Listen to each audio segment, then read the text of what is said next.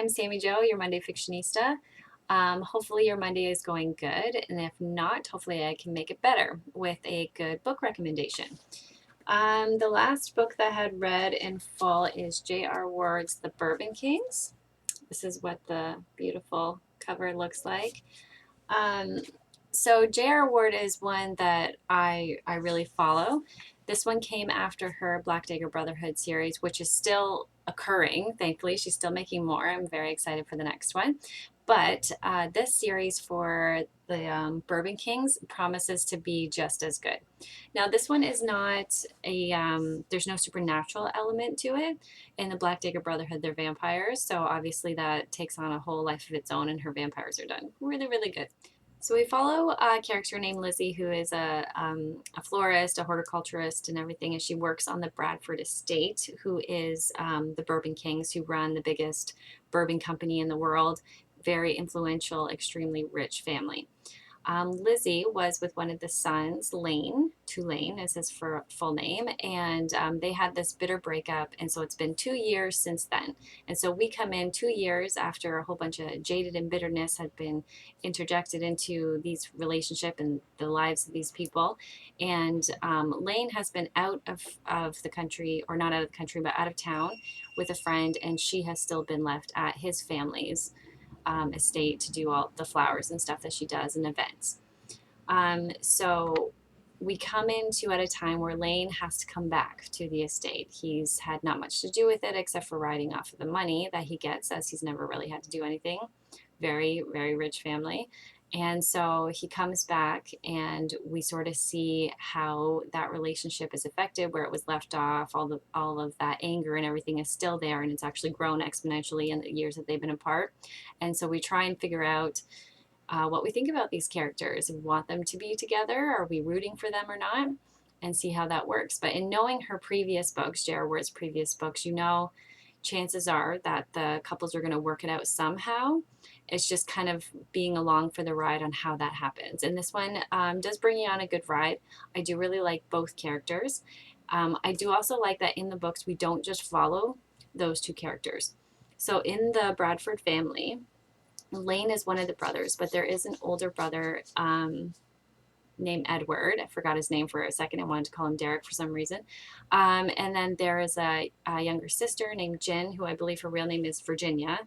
They don't actually state that very often. I think it's maybe only once, but they call her Jen, and she's quite a wild spirit, though my heart bleeds for her and her background, and you'll have to read it to obviously know, but she's a feisty one, and she's got a lot of hardships and obstacles up in her face, so sort of getting to the nitty gritty of what her story is really good, and I'm sure that we will follow her in another book within the series, which I'm excited for.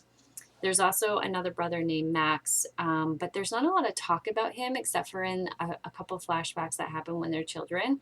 Flashbacks are actually done pretty well and lead to the story, which is good because some flashbacks can be absolutely horrible and stop the story completely. These ones don't, so I enjoy them. But I'm really, really more wanting to know more about Edward. Even though I forgot his name, he's actually my favorite character.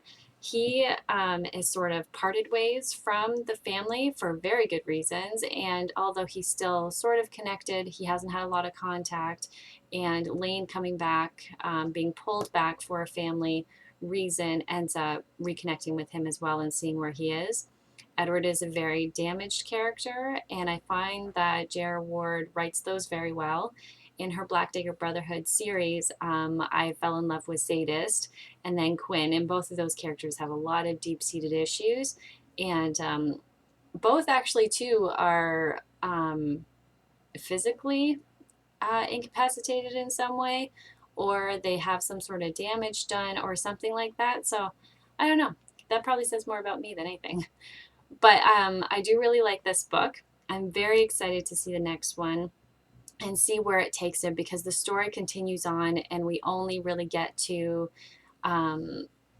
the sort of surface stuff of what's going on with Lane and Lizzie, but the rest of the story is going to continue on. Yeah, so it's very much a tale of a family that they have everything they could ever want as far as money and social standing and all that kind of stuff, but you find out that it's very much a facade, And there's a lot of anger and resentments and ugliness that happens throughout it. And in order to get to those, you have to read it. So I'm very much looking forward to seeing where she takes us.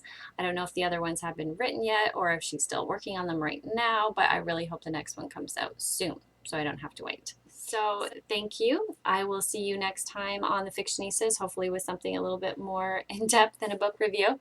But I will get on that. Sorry I was not here last week. So make sure that you are sharing and tweeting and finding us all on our different social media sites. And I will see you hopefully next Monday. Thanks, guys. Bye.